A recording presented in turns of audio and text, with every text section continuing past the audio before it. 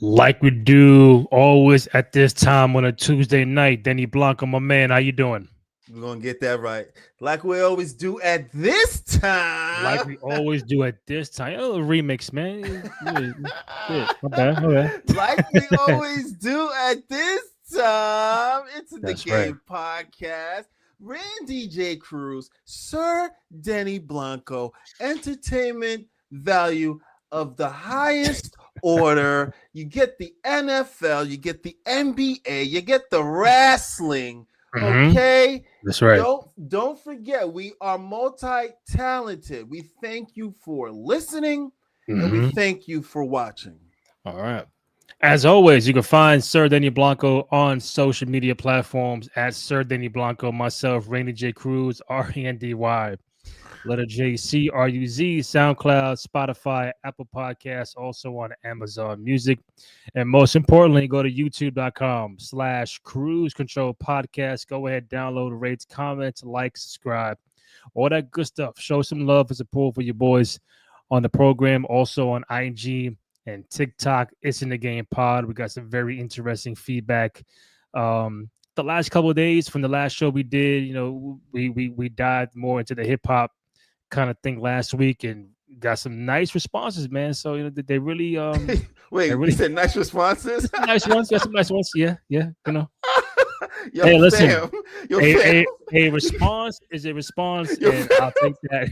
Yo, fam. Ladies and gentlemen, boys and girls, you know how dirty Randy J. Cruz is. Wow, He says it's a response. Cool. When he said we got responses, this response was folks calling me dirty names. And then Randy just being like, yeah, I mean, responses, but we got responses though. Folks calling me out my name for my opinion on some different hip hop topics. Jesus, I can't have an opinion. We can't disagree. Of course you can.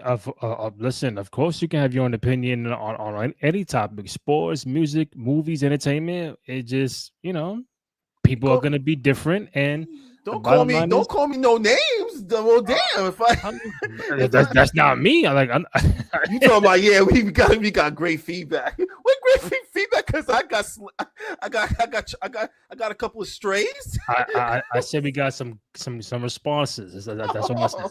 Some responses, yeah, responses about Denny Blanco.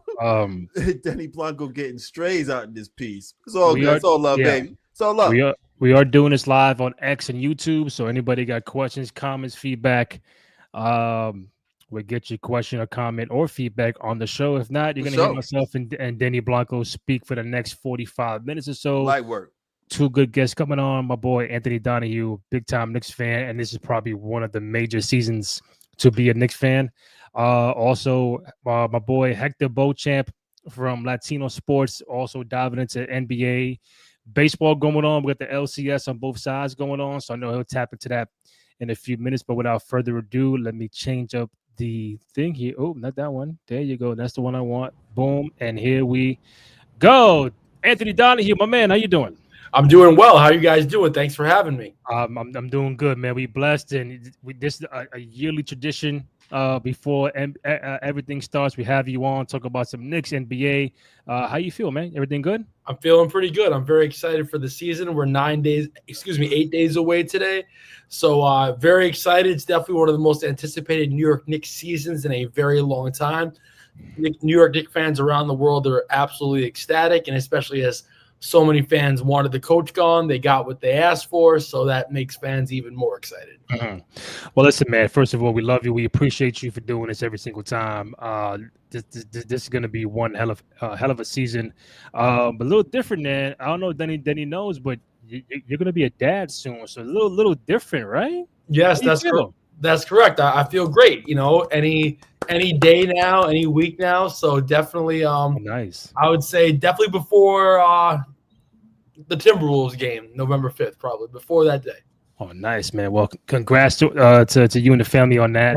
Thank you. Then why don't you start off, man? Because I'm always starting off, but you know what? You got this one. But Donahue, go ahead. Yeah, so it's going to be a couple of ways we can go with this. First and foremost, obviously, it's going to be a couple of ways we can go with this. Because before I get into my NBA talk, I want to ask, how are you going to juggle, obviously, with the baby coming along? How are you going to juggle watching your beloved Knicks. Like, what kind of balance are we talking about here, Anthony? How are we going to juggle that?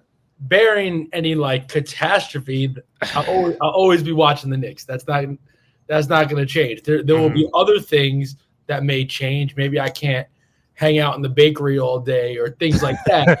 But like the Knicks, again, bearing like a catastrophe, nothing Knicks related will change. All right. So everything else for sure. Okay. So right into it. Part of my contract. Per contract, exactly. Every Knicks fan's coming on. I'm asking, trying to get their pulse on a couple of things, about four or five things with the Knicks. So first and foremost, the expectations. You mentioned coming in. What, Anthony, is your expectation of this coming team? Where do you expect them to land at the end of the season? My expectation based on the last few years and us seem to be getting better season after season. Another year of, give or take the same starting lineup. Obviously, it looks like it's going to be a little different this year. Mitchell Robinson will probably be starting at the center with Cat at the 4. Josh Hart coming off the bench. Adding to the bench, adding Yabi Osele, adding Jordan Clarkston, adding Malcolm Brogdon, with also bringing back guys like Deuce McBride. And, being 2 games away from the finals last year, I expect the New York Knicks to be a top 1 or 2 seed in the Eastern Conference, and I expect us to be playing in early June again. Obviously there's no guarantees. I'm not saying we're definitely going to be in the finals.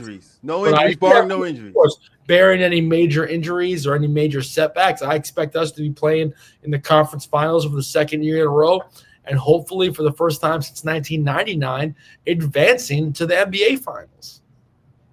Randy, pull out your pom-poms, baby. Look. Do it. Do it. They're warming up. Do it. They're warming up. I mean, Donahue knows, man. We saw that whole ride last year, conference finals, and obviously first round, second round, and the fans were just hanging out outside the Garden, shutting down 7th Avenue. Just, bro, it was springtime. Like we haven't experienced that in a long time, and just now to be in that conversation of the NBA Finals. Listen, we haven't been in the finals since '99, so we weren't even in those conversations to begin with. In '99, we just happened to go there, but this year everybody seems to be like, you know what? It's New York or Cleveland. Obviously, major injuries to Boston with Tatum, Halliburton, and I think Tatum's playing this year. By the way, I don't think he should. I think he's gone. From a Knicks fan standpoint, bro, stay out. But no, I think he's bearing a setback. I think he'll be playing by March. Now, if they're like, yeah, I think he's playing. That's my opinion. I have no inside information. But I think Jason Tatum is playing this year. I'd say by March. But why though? Why? Because why? I mean, obviously, I don't know. I just think he's going to play, and that's why you live. You live to play. If he's fully healthy, you should play. That's up to obviously, you should be. I mean, I'm a Knicks fan, but as just a basketball fan, if he's fully healthy, he should play. Obviously, he's not there yet, but I think Jason Tatum to play this season. Like, if you tell me, all right, you're coming back to the same Boston team from last year, okay, now I get it because people had you as a champion, defending champion. You're in that conversation, but it's a different team over there. You don't have Porzingis. You don't have a lot of people there. They still got Derek White. They still got Jaylen Brown. I still wouldn't sleep on them. I would not. I know they got a great coach in Joe Mazzulla, great front office, Brad Stevens. I'm not here stroking the Celtics by any means. Yeah. You can't sleep. Like, come on, man. We're not doing that here. In all seriousness, you can't sleep green on the Celtics, and I wouldn't be shocked if Jason Tatum was playing by March. Okay, so let's say he's out. For example, he's out. Dame is out for Milwaukee. I'm sorry, Milwaukee. He's fucking Portland now. Dame might be back by March too. Or is he definitely gonna? Because his injury was earlier than Tatum. I mean, it was a little earlier, but I'm like, you're in Portland, or you could take a year off, bro. Like, they're not making no noise. Halliburton, Indiana, we know he's out. He's not. Yeah, he's not coming back. So like the whole landscape of the East is up and down. Philly question marks with injuries to Embiid, Paul George, but you have a lot of up and coming people like the Magic and the Atlanta Hawks, and people putting a lot of stock into the Magic. But it's really down to New York and the Cavaliers to take on the East. This team, new coach, new energy. Obviously, brand new bench, which they had to improve on. I like the moves. Obviously, we'll see how they go opening night next week. But it's like I don't want to keep hearing finals or bust. Like I'm like one game at a time. So it's funny you say that about the finals or bust thing. I'm the same way, man. One game at a time, and maybe it's a little different for me as a season ticket holder. I go to every game. I'm so invested. Yeah. And because I'm so invested, I'm not thinking about June right now. Obviously, you asked me the question. Yes, I do expect us to be playing in June. But I'm not thinking about June right now. I'm actually thinking about Friday's preseason game. I'm thinking about opening night versus the Cavs on October 22nd. I'm thinking about October 24th versus the Boston Celtics. I'm not thinking about the playoffs right now. I'm going to, especially the fact that, obviously now the Knicks aren't a cute story. This will be our fourth year being really good in a row now. Yeah. But we've been through a lot as Knicks fans, so many losing seasons. I'm not wishing it away. I'm one game at a time, one quarter at a time. So I'm not really thinking about June right now. I'm thinking about, next Wednesday versus the Cavs. So how do you like, before Denny goes, how do you like the bench additions? Clarkson, Yabusele, they brought back Landry Shamet. Yep. Brogdon. So that was one aspect they had to adjust. What do you make of those? I think the bench is great. I think the fans are going to love Yabusele. He's great, exciting, great energy. Jordan Clarkson, definitely a poor man's J.R. Smith, still very good, can get you some buckets. There was times last year the offense gets a little stagnant, a little bit too much relying on Jalen Brunson. So I got guys like Jordan Clarkson can get you a bucket. Now, there's times where Jordan Clarkson may shoot you out of game, and you may have to sit his ass down. But you need guys like that, especially in the playoffs. Yeah. Denny Blanco. Yeah, I mean, one game at a time, just repeating what you guys and Knicks fans should be focusing on. One game at a time. But let's be clear before I get into my question. You guys are loaded, baby. You guys are loaded. You guys should be thinking about that June and should be thinking I agree. Like I said, yeah, we all. Well, I want to enjoy the ride, too. Yeah. I understand. He said, Randy, he said every station. We're going to stop at every station going downtown. We're not skipping any stations to the championship. We're going local. We're going local, man. You're going local for sure. In terms of the team, you mentioned the bench, and we obviously know the players. This season, who do you think is going to be the X factor of the team? I think I expect a much better season from Mikal Bridges. I expect him to be a little bit more involved offensively. And also Jalen Brunson. I really don't know what to. Obviously, I know Jalen Brunson is going to be great, but it's a new coach. It's a new system. He was beyond comfortable in Tibbs' system, kind of playing the way he wanted to play. And it seems like it's going to be the way Mike Brown wants to play.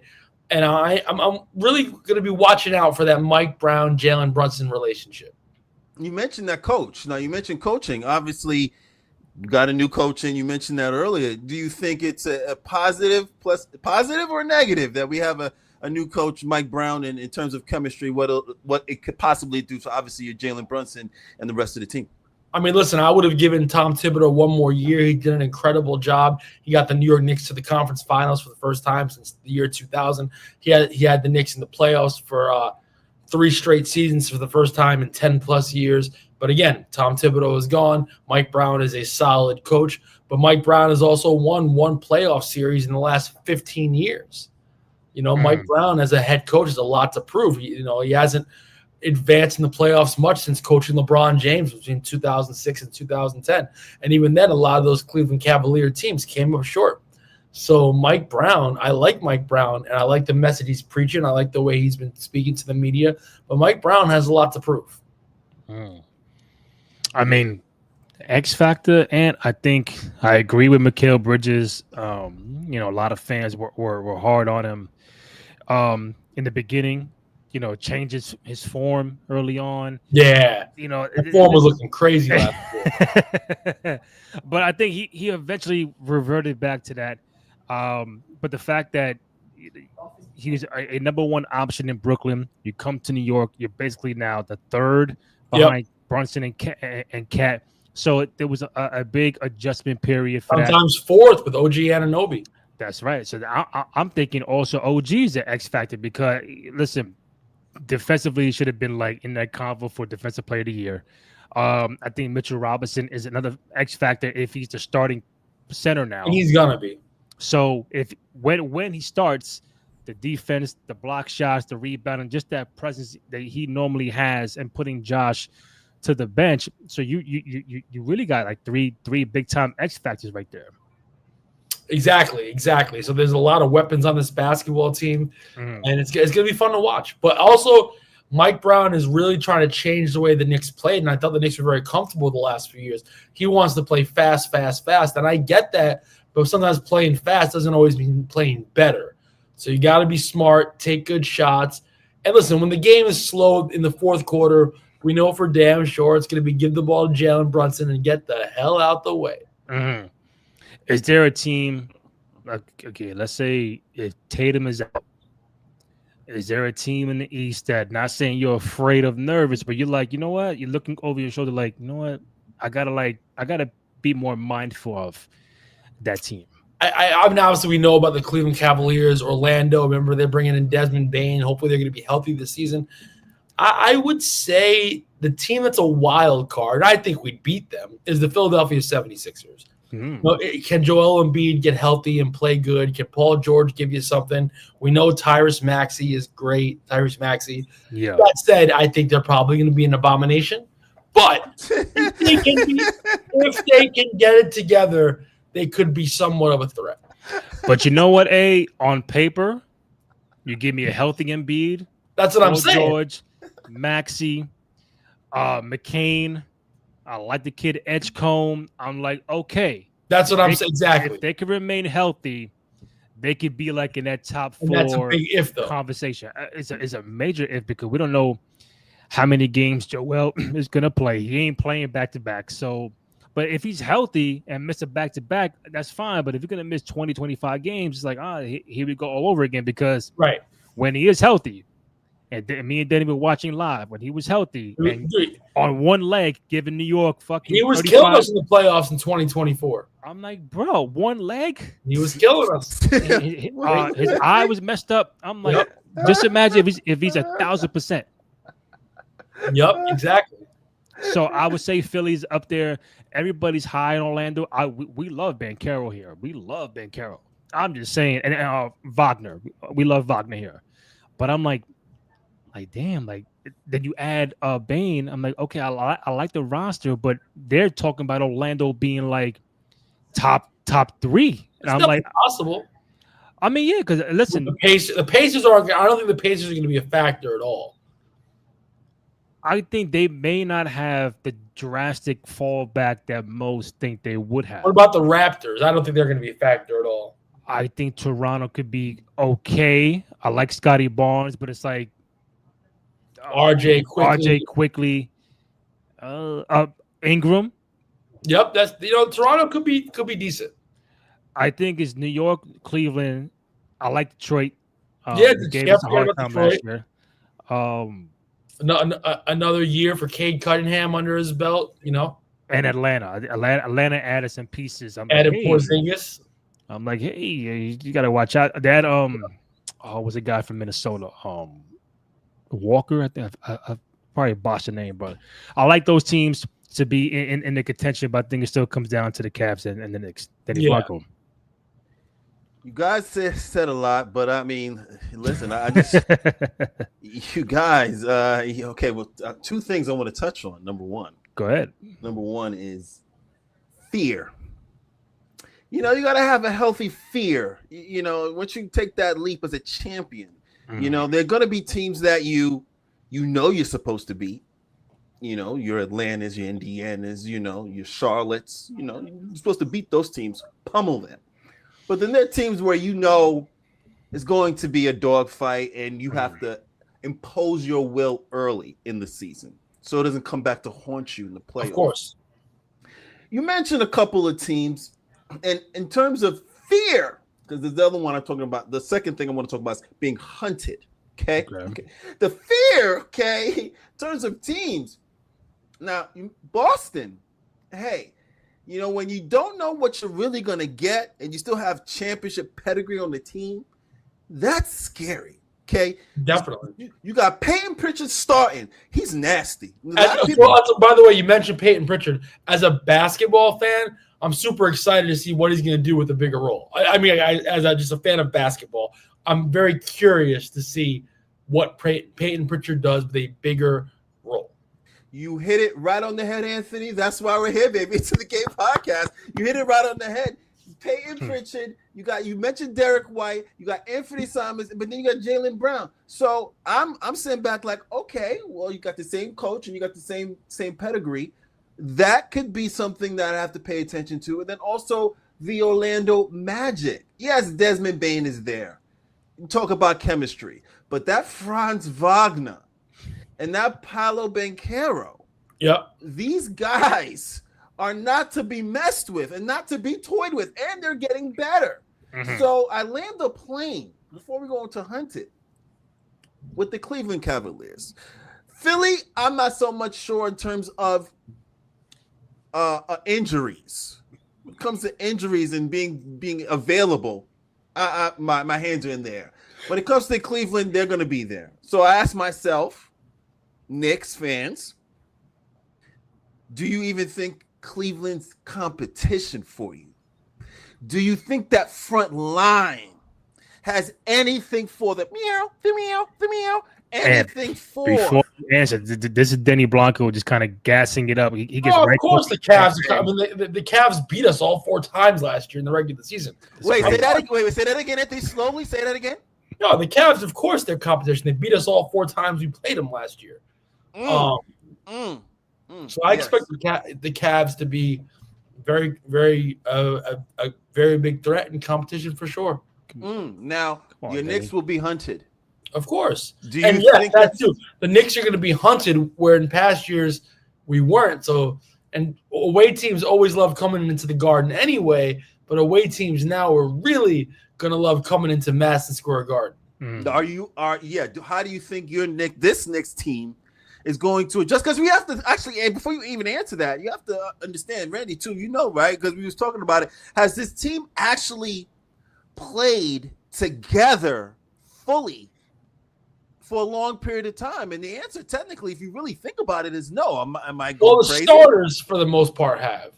Mitchell Robinson. Yeah, Mitchell Robinson. Mitchell Robinson, OG Anunoby, Carl Anthony Towns, Jalen Brunson, Mikal Bridges, Josh Hart, Deuce McBride. So the first 7 guys, yes. Yeah. So, you look at that in terms of, I asked the question of hunted. How do you think that affects the team being hunted now and in being MSG? It should be great. It should make them fired up. It should make them even more pumped to play every night. Now, what's going to be interesting is that, Tom Thibodeau, for better or for worse, took every regular season game as if it was game 7 of the playoffs. I don't think Mike Brown's going to do that. And I'm not saying either is right and either is wrong, but I'm curious to see how that's going to be, because I do think the Knicks players responded to the way Tibbs coached for the most part. Where you might see Mike Brown not put as big an emphasis on the regular season. Yeah, and I think a coach like him is not going to play the starters 40, 45 minutes a night. That's why the bench is very key, because you now you can give Brunson that much needed rest. I don't need Josh Hart playing the whole game, or Mikal Bridges playing 48 like your brother.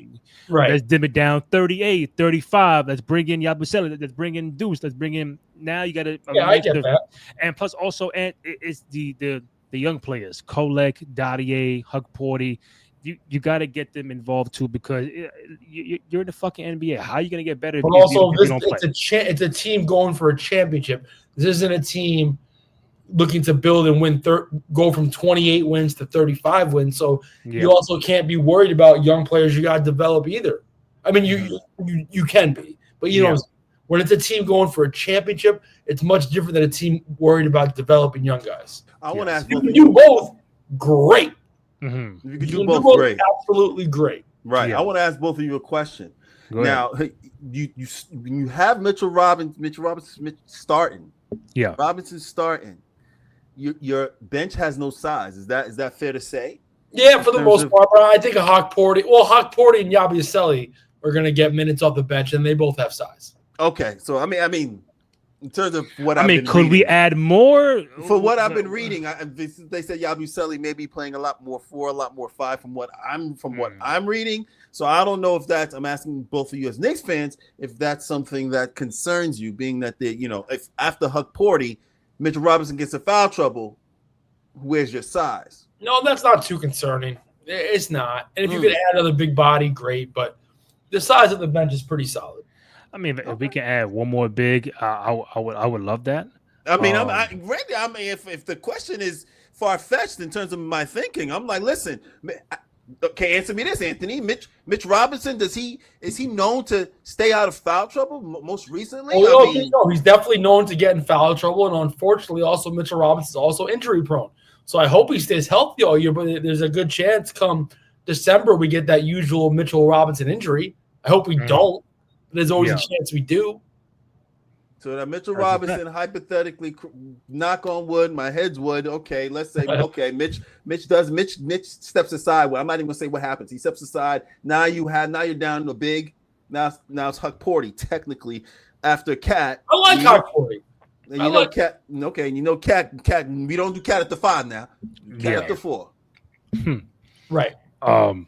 We had our boy Sean on like 2 weeks ago. He said the expectations for Jalen Brunson for him. Said, I need a 50-40-90 season. 50-40-90. He has 50%. 50% from the field, 40% from 3, 90% from the free throw line. 50-40-90. Light. He should be able to do that. Because JB absolutely possible. JB is at 83 right now from the free throw line. Yeah. So he wants JB. Jalen misses a lot of free. I'll tell you what, Jalen misses more free those than he should. Yeah, Sean don't know why.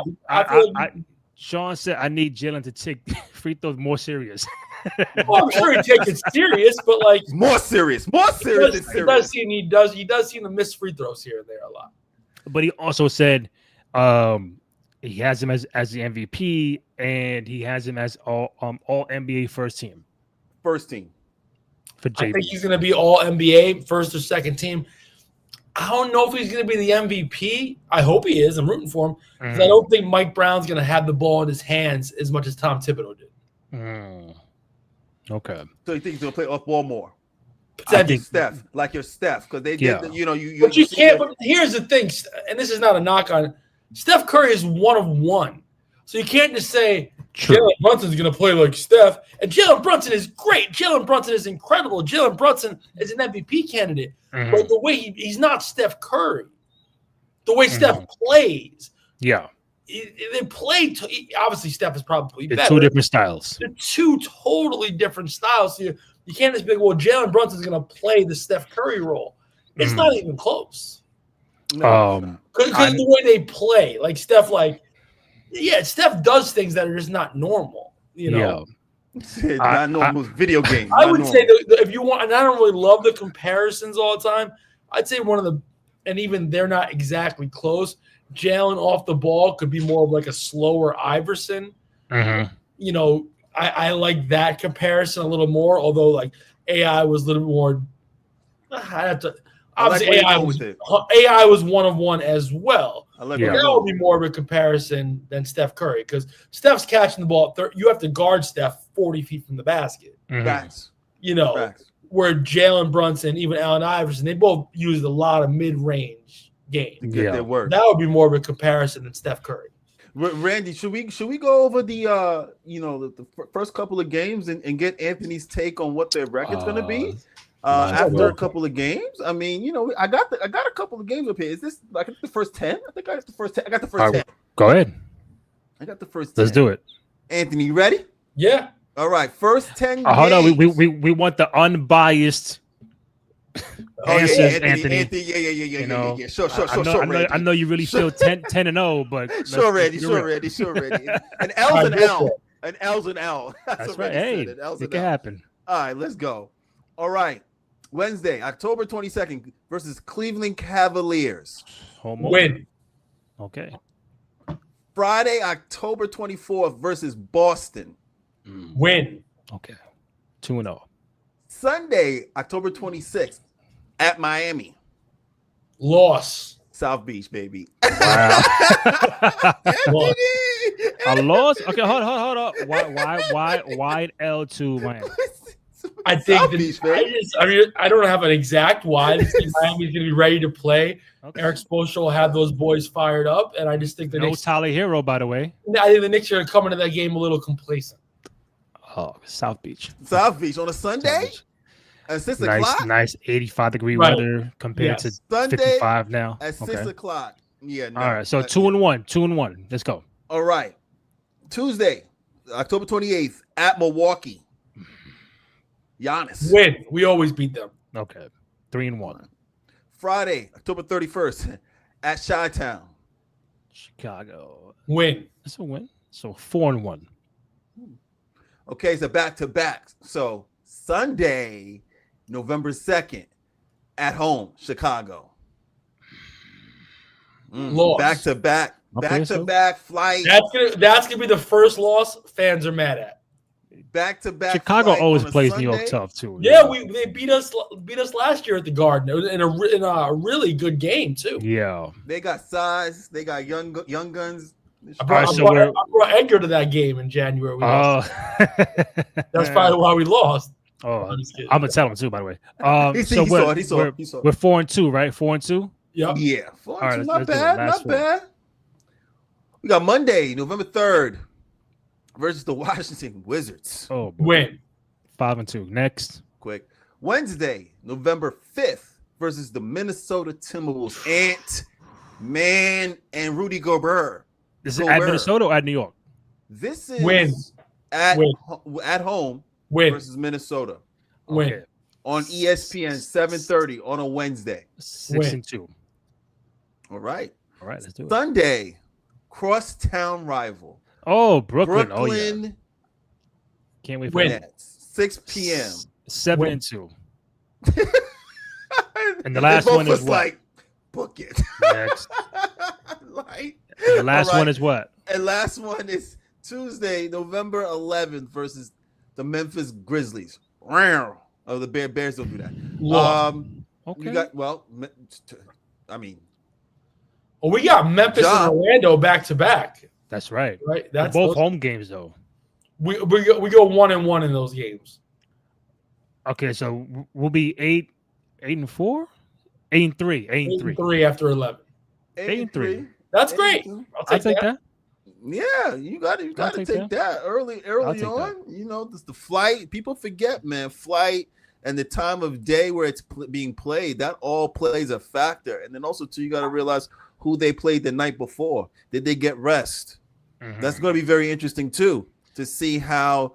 But that'll be a tough back-to-back. Memphis, they play hard. If Ja's playing, we'll see with Jaren Jackson, those boys, and also in Orlando. That's back-to-back. Dan Carroll, tough. You know what I'm saying? And before I get you out of here, I know you got to run. Next Wednesday, home opener. Do we have the outfit ready? What's going on in the wardrobe? I know you always come with some funky shit. Ready. What's the opening night vibe looking like? For sure. So I got the hat ready. I got the blazer I got to pick up from Robbie's Suits on 35th Street. Sneakers, I may be going with the Andre Agassi joints. Oh, okay. I got a new hat from New Era that I haven't shown anybody yet. Okay. The jacket, and I don't know what I'm wearing under the jacket. So the wardrobe is like 50% ready. What color jacket? He looked, blue, orange? It's black, orange, and blue. Anthony black, looked in the orange, and blue. Anthony looked in the mirror and said, "Oh my God, to look this good." I'll be ready to roll. I'm my group of 100 people. We'll be ready to go. To look this good and roll this deep. We back. We back, baby. Back, You know what I mean? back and better than ever. Love it. I got my baklava. Action Bronson hat. I see Action always at the Garden. Great dude. Yep. I want to try to get him on at some point in time. I know he's very busy, but I'm gonna talk to him when next time I see him. But Anthony Donahue at Anthony MSG. Thank you guys as always for having me. Let's go Knicks 8-3 after 11, but I hope we're 11-0. That's right. You know what? Last question. Let's keep it real. What's the over under how many wins the Knicks have this year? We're going 57. 57. To 60. 57. Last year was what? 51. 51. So 50. So plus you're 7. saying 51. Plus they 7. win the division. Plus 6. And you're saying if you're a betting man, 1 seed or 2 seed? 1. The 1 seed. 1 Expectations seed. bound. For the first time since 1993, the New York hunted, Knicks, baby. The New York Knicks are going to be the number 1 seed in the Eastern Conference. Book it. The hunted. On that note, Anthony, we love you, man. We appreciate you. Guys. Thank you, I'll guys. see you next week. Appreciate it. Later. Yes, sir. Thank you, man. All right. Y'all should be Shook Daddy at Cleveland. Oh, us? Y'all should be Shook the Cavs? Shook Daddy. Shook Daddy. I mean, listen. They didn't add nobody. Max Strus is out for a minute. I think that it was a foot injury. I think if I ain't bugging, but Garland should be coming back. I think the DeAndre Hunter move last year was very big for them. So we'll see. But we got a different roster too, bro. Last year we played like 7 guys against Cleveland. We got smoked one night. I'm like, oh, she was down by fucking 40. But it's different now, bro. It's different. Oh yeah. I can see it in your talk. I can see it in your walk. Let me see it how you my man Hector on here, man. Just I don't like all this negativity going on here, man. I'm always here to put you to energy. I'm always here to give you the reality, and you never like reality. That's what's wrong. No, I do. I'm just saying, like, you can't be negative every fucking show, bro. Come on, man. Every show, really. This is what we're gonna do. Watch this. Knicks go 5-0. How we looking? Well, just you gotta find something to bring up. Don't be mad that I'm objective, and I got to tell you what it is when it's happening, baby. When Jalen's playing bad, when Cat's playing bad, when Mikel's playing bad, when OG's the only one playing defense, I'm gonna hit you. I'm gonna let you know, baby. I'll be in the crib at my TV, like, just barking. Yo, what's up? I'll be doing the same shit too. Like, yo, what's up? Get the rebound, get back on defense. What's up? What are we doing? What are we doing? It's been a minute since Randy. It's been a minute since you said, Denny, you don't know what you're talking about. It's been a minute. Yeah, because you happen to be right. On God. On God. On that note, I'm gonna get my man Hector Beauchamp on here. Give me 1 second. Here we go. Boom, boom. Let's move to the middle. My man Hector. Mi hermano, what's the word? What's the vibe? Oh, you got mute on? Yeah, I'm muted. I'm muting myself. I'm acting like a rookie up here. Holla at your boys. How you feeling, fellas? What's good? Randy, thank you for having me on. Oh, No problem, man. Always love, man. We appreciate you. I see you got baseball going on right now. I know the Yankees ain't involved, but it's like I feel bad. I ain't no fan of the Yankees or Mets, but I feel bad that we can't have not one New York team in right now. Yeah, it was kind of a low blow when the Yankees were eliminated, but it is what it is. Back to the drawing board. That's right.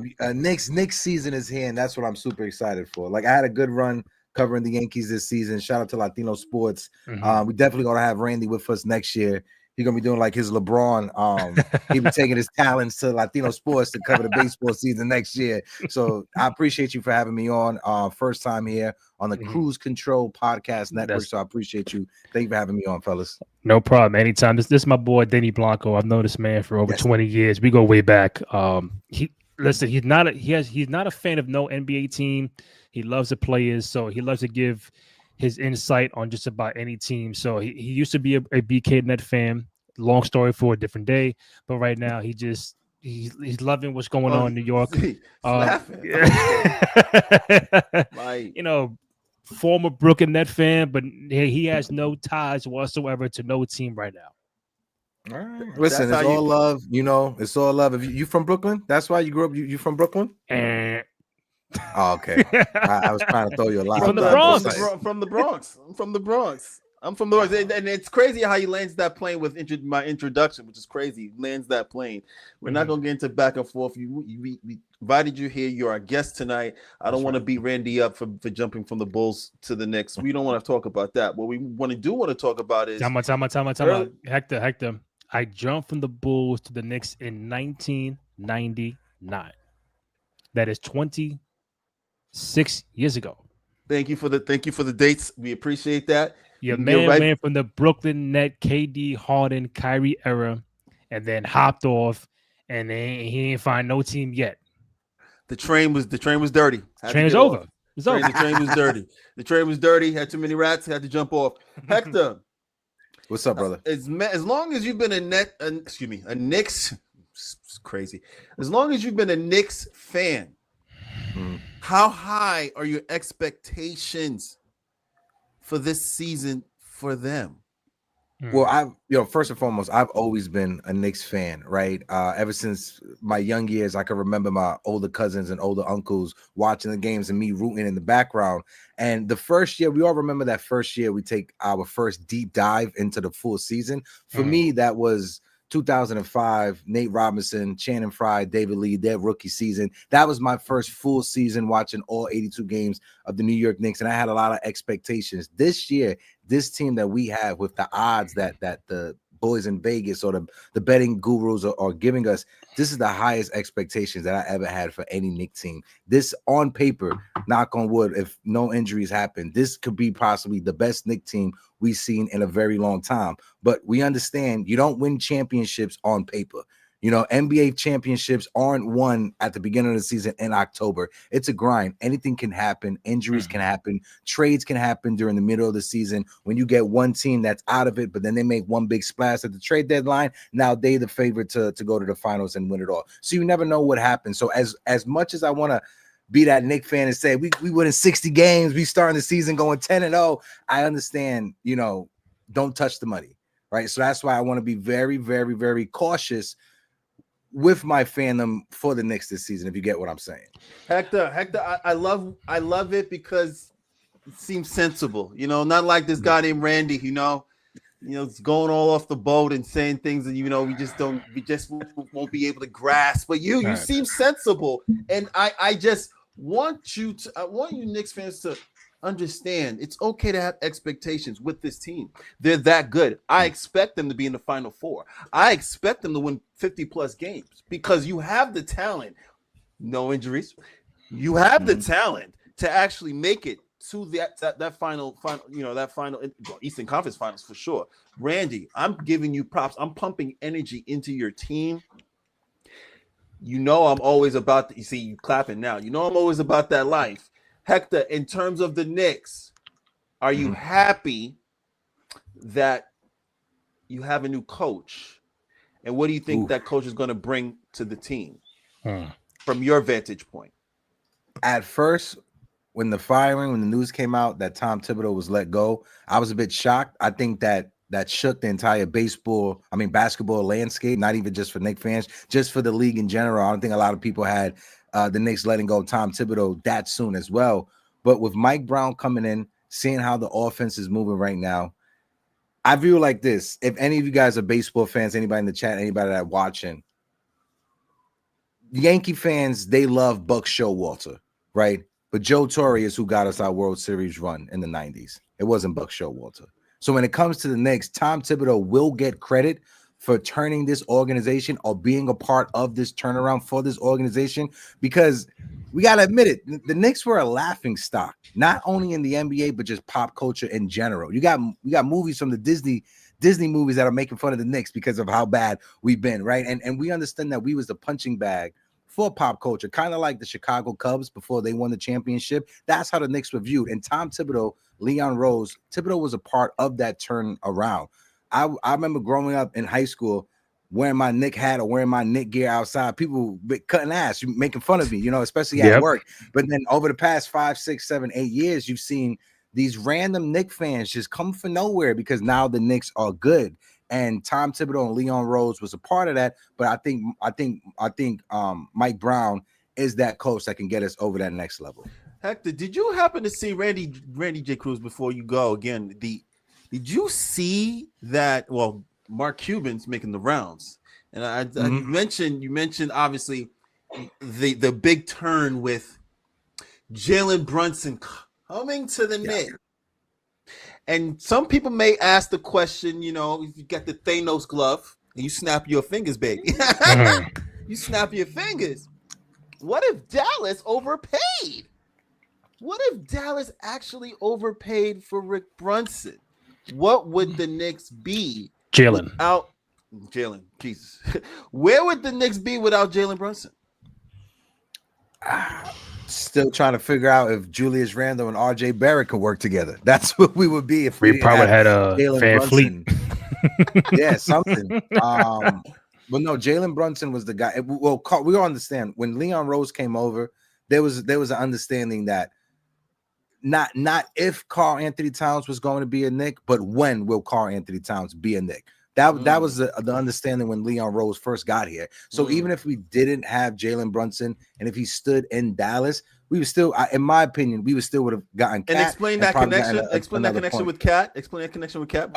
Because Leon Rose, Cat, that's his first agent from back in the day. Leon Rose knows Karl Anthony Towns back when he was in junior high school for a very long time. Leon Rose has a relationship with Karl Anthony Towns' mom and his father, and we understand how important and how much his mom meant to him. So Leon Rose and Karl Anthony Towns, that's family. That's a family connection. The same thing with Jalen Brunson. That's why it was kind of alarming when Tom Thibodeau was let go, because of that relationship that Thibodeau has with Rick Brunson and with Jalen Brunson. Jalen Brunson's known Tom Thibodeau ever since he was in junior high school. Right, so it's a real family affair, family culture with the New York Knicks. I could see them bringing in Tom Thibodeau as a special advisor for the front office. I like the letter that he put out with the New York Times when he was let go.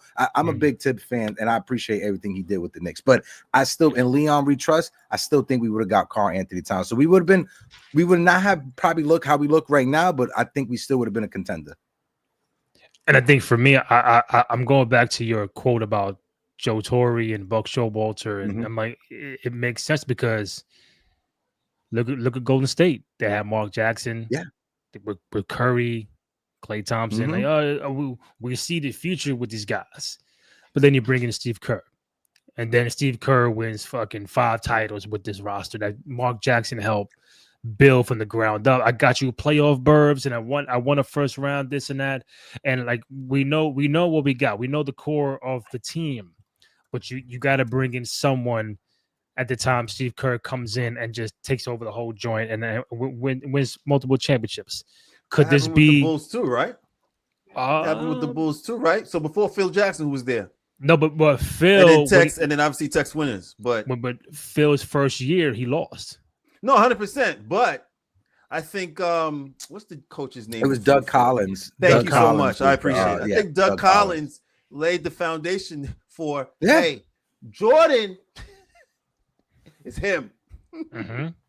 Get out the way, let him go to work. And Phil Jackson said, "You know what? I think he's onto something." Yeah, and it took some they time. Probably saw Tibbs as the guy that can get you there, but the big question mark is, can Mike Brown lead you to the promised land? And that's what we're all going to figure out this year. But it's like, hey, if he does, then it's like, oh, that's probably the greatest move ever in New York Knicks history, because you win 1 title with the Knicks. 1. That team is goated for life. You ain't got to pay nothing ever again in New York. You can go anywhere you want, free this, free that. You are just 1 title. Solidified. It's like it overshadows like anything the Giants have done in 07 and 11, or the Jets, the Mets, even the Yankees. Like, a lot of people are clamoring for 1 Knicks title than a 28th Yankees World Series. Yeah. And to hit on your point real quick, and I'll toss it over to you, Denny. When you bring up the Steve Kerr and Mark Jackson, there's always a transitional phase between mediocrity and success. And sometimes the coach or the people that were a part of that middle transitional phase, they get lost when dynasties gets built, like the Bulls, like the Yankees, et cetera, like we're hoping here with the New York Knicks. I just wanted to add that in there. Yeah. No, Hector. See the sauce? You see, Randy, see the sauce? Listen, let me tell you something. You know I like me some sauce, baby. You know I like me some sauce. So It's a sazon, man. It's a sazon over here, man. Yeah, it's the man. sazon. It's the sazon, baby. Seasoning is seasoning right now. You feel me? Knicks go from hunter to hunted. Do you think this Knicks team is ready for that transition? Yeah. I think we have the right guys involved. And again, looking, I know preseason is preseason, but the press conference is what interests me. Hearing Mike Brown telling the media, oh yeah, I tell the guys, go out there and just react. Don't run no plays, just react to what you're seeing. And that's what you want late in the season, when you're in the playoffs, when you go through a grind of 82 games, and now you got back-to-backs, you're in the postseason, and you can't score a bucket. You need a team that can react instead of relying on a play being drawn up in order for them to get that bucket. So if you can have a team that's built around having an extension of the coach, which is Jalen Brunson on the court, but having a team that can just react to what they see in front of them, is like the movie Coach Carter. Right, what we're seeing right now with Mike Brown and the New York Knicks is him running them up the court, getting their stamina built so they could go 82 games. And when we get towards the end of the season, the other team is puffing air, not the New York Knicks. And I love everything that we're seeing out of Mike Brown.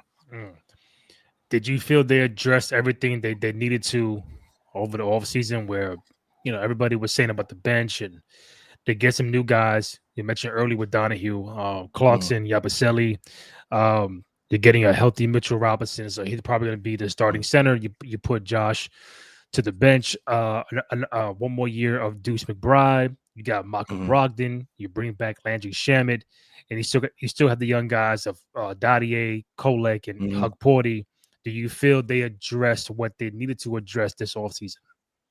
I definitely do, especially moving Josh Hart to that second unit, coming off the bench. I think that's big for the New York Knicks, because when you look at what we were last year, and again, it all comes down to health. If Mitchell Robinson can stay healthy for a whole 82 season, we know that's asking for a lot. But when you look at the team that we had last year, it was either Jalen Brunson, Karl Anthony Towns, maybe you get a Mikal Bridges or OG Anunoby game where they score 20 points and we could get the victory. Right now, when you have Josh Hart coming off the bench, Jordan Clarkson, no shade to Landry Shamet, no shade to Payne, but if those guys cannot be your focal point of your offense from the second unit, you need stronger guys to score. And I think Jordan Clarkson and Josh Hart is going to push the tempo, and you're going to allow a guy like Landry Shamet, if he's still with the team, to be a instant a nice accessory piece when it comes to the offense, if you kind of get what I'm saying. Yeah. Like my main point is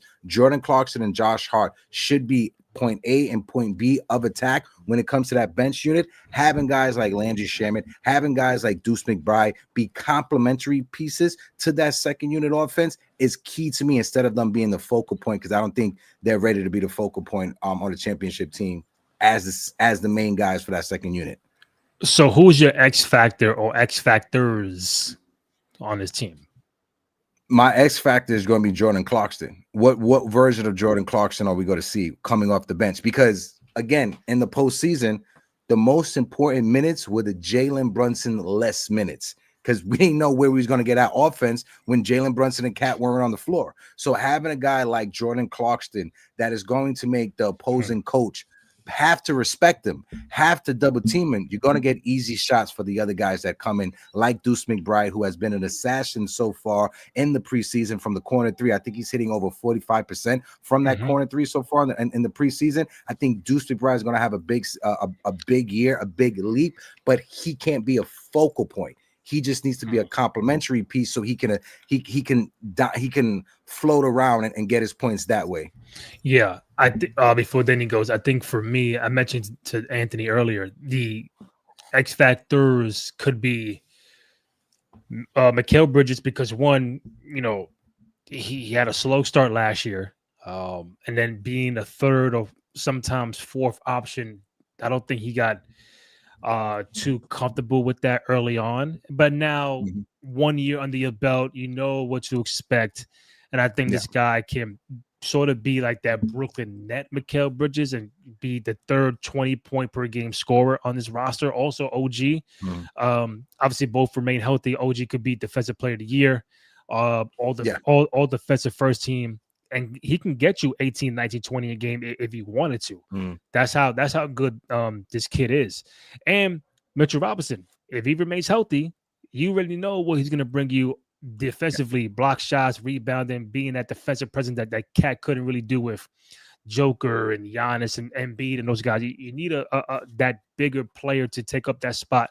So they pretty much got your three starters are more X factors, but I like Jordan Clarkson because one, you ain't got to run no plays for him. You go out there, get buckets. That's what you're paying him to do. Get 15, 18 off the bench, and just that other scorer where Brunson is not feeling like, damn, I if I sub out, who's gonna score in my spot? There's no fear for that no more, especially if you put Josh to the bench too. So Josh can get a couple buckets, Clarkson. So you pretty much got four big time X factors on the roster. Yeah, and I just wanted to add real quick. I think Mikal Bridges is going to be the number one beneficiary from this Mike Brown up-tempo offense. Mikal Bridges worked very well without the ball because he can cut. If him and OG Anunoby can cut left to right, just keep cutting the backcourts, I think they're going to get easy baskets down low, and I think you'll see Jalen Brunson assist numbers go up. Sorry, I just wanted to add that in real quick. So good. Danny, go ahead. Randy, Hector, what do you like to drink? Well, personally, I don't consume any alcohol. So would you like just water? Like we just imagine you on the bed. We just imagine you coming over to the house for the very first time. And obviously, I'm sizing you up, making sure that you know what you're talking about. And when I say, God damn it, you know what the hell you're talking about. Hector, you gotta get him something to drink. Get him some water. Get him some crackers. What do you get him some hors d'oeuvres? Get him something. Bring him back because he's spitting facts. Everything he just said, I totally agree with. I mean, obviously with the coaching, obviously with the cutting, obviously with Jalen Brunson and the bigs and the bench, I agree with. But it has to be some form of fear. No, maybe for me, anyway, Denny Blanco, Hits in the Game podcast, Randy J. Cruz, Hector in the building. For me, it's understanding that I believe the Knicks are going to be in the NBA final. That's what I believe, representing the East. Having stated that, there could be that one team that you're like, all right, I don't want to see them. Period. I don't want to see them. Do you have a team on the East, and then you have a team like that on the West? Take your time. We're not going anywhere. on the East, I'm gonna just say it's the Cavs because I just have to give respect to the Cavs. Of the squad that they have. I'm a big fan of Donovan Mitchell. Again, if Jalen Brunson wasn't here, I think Donovan Mitchell probably would have been a Knick, but that's another story for another day. But in the East is definitely the Cavs. Besides that, the field is open in the Eastern Conference. You don't know what Philly's going to be. You don't know what's going to happen with Giannis in that situation in Milwaukee. Boston is going through their kind of a rebuild phase without having Tatum for the majority of the season this year, if he comes back this year. So the East is kind of wide open. In the West, there's two teams, I fear. It's not the Lakers. It's not the Lakers. I just want to say it's not the Lakers, but I have to make them an honorary mention. Can I guess? Go ahead. You can guess, Randy. Okay. Thunder, defending champions. That's the first one. And he said one more Western. Houston? No, it's actually the Timberwolves. That's the other team that I fear. Minnesota. Why the Wolves? Why the Wolves? Because I'm expecting Anthony Edwards to take that leap and to finally get into like some serious MVP conversations. I think this is going to be the year that Anthony Edwards breaks out. They were a real good team last year. They made it to the Western Conference Finals last year. They was beat by back-to-back times. Back-to-back conference exactly finals. Back-to-back. And I think I just like Minnesota and what they're building over there. And that's the second team in the West that scares me. Again, honorary mention is King James and Luka, but you got to give it up to OKC. They're the defending champs. And I got to throw in Anthony Edwards and the Timberwolves, just because I'm an Ant fan and I like what they're building. My fault. A couple of directions here, Hector, because you're in a couple of places that I'd love to go. So I apologize. Yeah, no. Oh no, you're good. You're good. Apologize now. We're good. Don't you dare apologize for being good, baby. We applaud greatness here. You are great, so please don't apologize. Okay. Okay. So in terms of OKC, I look at their size, and that concerns me with the way. And then they know, obviously they've been there before. With Minnesota, you know what they're missing for me? All they're missing is a point guard. Yeah. If they can get themselves a point guard to complement Ant-Man Randall, you got Rudy Gobert in the back. That's something to build off of and move forward from there. In terms of the East, when you talk about fear, yes. When you don't know what you're going to get, that could be fear in itself. You don't know how to prepare for something you don't know. You know what I'm saying? Like it's like oh, you come to Orlando. I'm talking about Franz Wagner and Paolo Banchero coming into the season, and I'm just like, okay, can they shock some people because they have all-star level? You combine them too; they're all-star level in terms of talent. In terms of talent, they're all-star level. So I'm looking at them, and I'm like, other than that, I spoke about Boston earlier too, Hector. In terms of Peyton Pritchard, I think he's nasty. Yeah. I think the minutes that he's going to get is going to be interesting to see.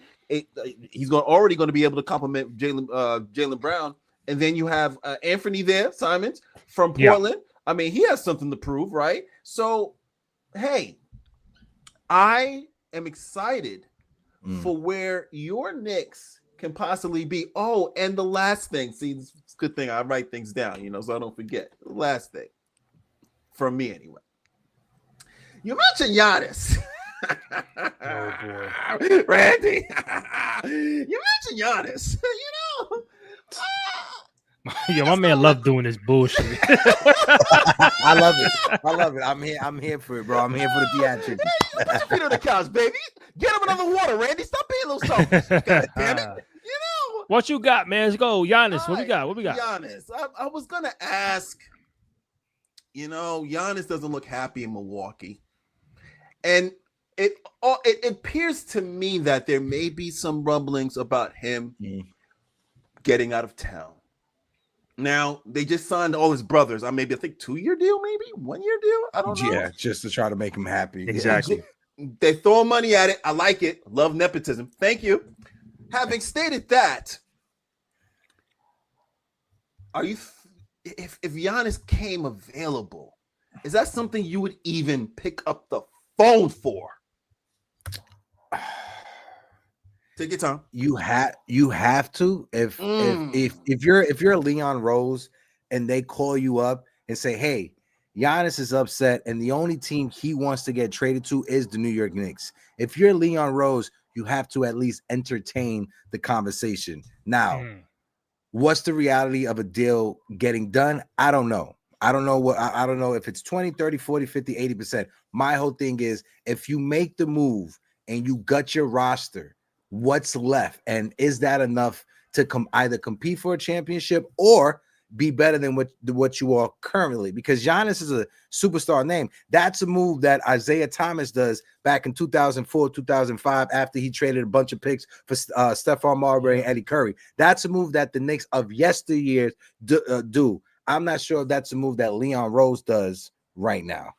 Definitely don't think Leon Rose is going to do that move. However, just because we are playing Thanos and we're moving timelines around, and I'm just asking myself, Hector, what's it going to take? You hypothetically pick up that phone, Leon Rose, and Milwaukee's begging, please. We want to give up Giannis. What give us who from the Knicks? It honestly, in 2025, the NBA is a players-driven league. With Giannis Antetokounmpo having a no-trade clause, the Milwaukee Bucks are not in control of this trade negotiation at all. They have no leg to stand on. They have no water. Like they have no leverage in these conversations. So if Giannis comes to you and he makes it public, like, hey, I don't want to be here anymore. I brought you guys a championship. Let's find a way for me to get to New York. I think whatever whatever picks you have, I think Knicks have like 1 or 2 tradable first-round picks over the next 5, 6, 7 years. They got a boatload of second-round picks, just one, and a trade swap.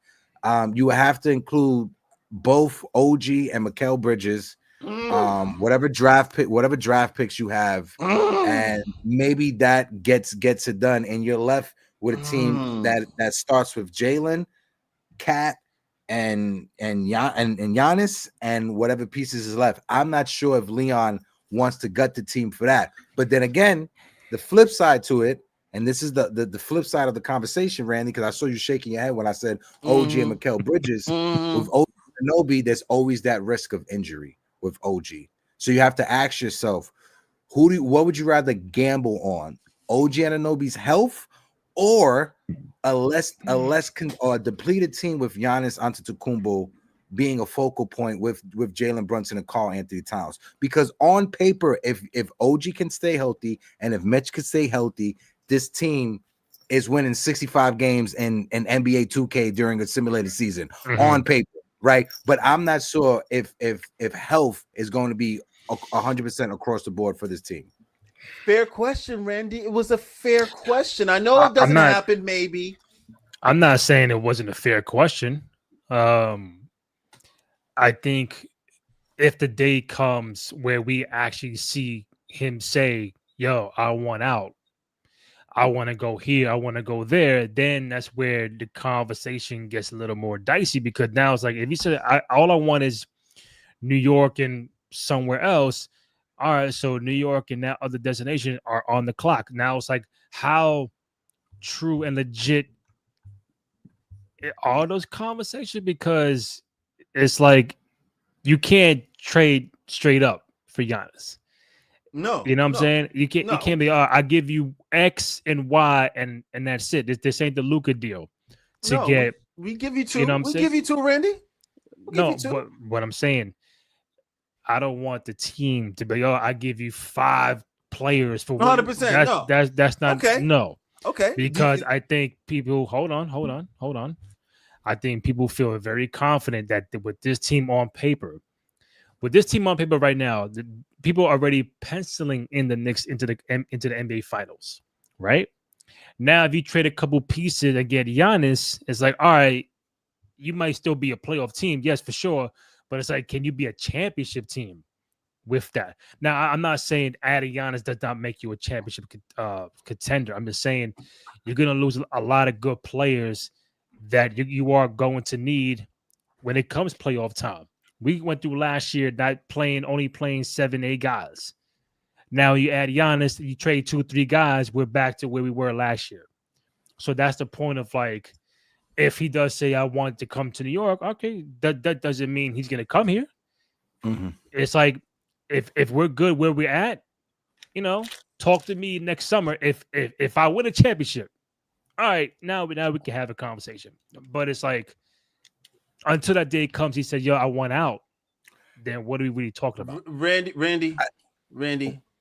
Sorry, Hector. I apologize. Go ahead. No, I was going to say real quick. Yeah, I was going to say real quick.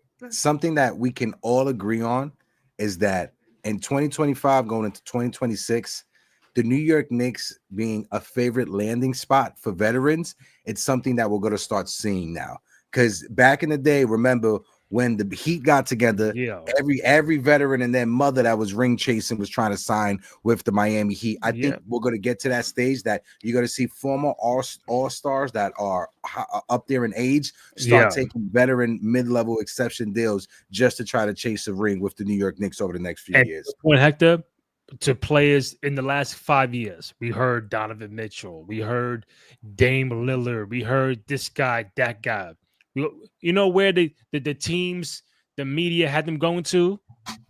Like Heck said, Miami, Lakers, could it be the Mavericks? Those were the same 4 or 5 teams. It was never the Knicks. Now the Knicks are like being put on ESPN, TNT, Twitter this and Instagram that. I'm like, yo, y'all want to be Knicks fans. Now all of a sudden, this guy want to be a Knick or possible destination Knicks, New York. I'm like, okay, now Hector said we're becoming that promising landing spot because of the rebuild we've done the last couple of years with Leon Rose. You know what I'm saying? So Hector now gotta get out of here. Sorry, Hector gotta get out of here. Hector's gotta bust a move. But Hector, we thank you so much. We see the heads up. No. Thank you so much for coming through. I was gonna land the plane with something else. Okay, Hector, what's up? No, I just wanted to say real quick again, thank you guys for having me on again. Hector Beauchamp, Latino Sports, creator and founder of Uptown Sports TV, where I have a Yankees pod, a Knicks pod, but also when it comes to Latino sports in baseball, we present the Latino Sports MVP Award, and we've been doing it since 1990. This year is going to be the first year that we are presenting it in the NBA to Karl Anthony Towns, and it's going to be the Latino Sports NBA MVP Award. Every year we're going to take every year to honor some a Latino founder or a Latino pioneer in basketball. So this first year, the award for Karl Anthony Towns will be in memory of Joe Pop Cruz.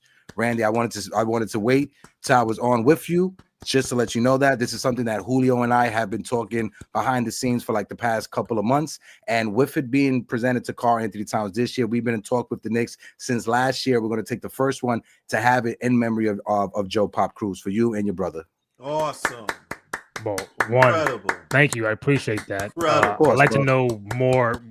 So you're gonna give him something, or like the same thing we do with the MLB. So during the baseball season, during Hispanic Heritage Month, we give the awards to the different players. We did it to Luis Hill, Francisco Lindor, Juan Soto this past baseball season. So for the NBA in February is when they honor Hispanic Heritage Month. So we're still in talks with the Knicks to figure out a date. So we'll let you know, that way you could be there with us when we present it on the court to Karl Anthony Towns. I don't know what to say, brother. Listen, effing incredible. Listen. Your father has been a pioneer when it comes to street ball and the street legacy in New York City. From what you guys do at Orchard Beach, him and Julio have a relationship. You guys have a relationship dating back for years, and it's only right that if we present this award in the NBA the first year, if we're honoring different Latino pioneers, Joe Pop Cruz has to be in there, if not one of the first persons. So I just wanted to say that. Thank you, man. I appreciate that. Thank you, Hector. We appreciate you, man. Does Cat know about this yet or no? Yeah, I already spoke to Cat's father, his agent. We already mentioned it to Cat.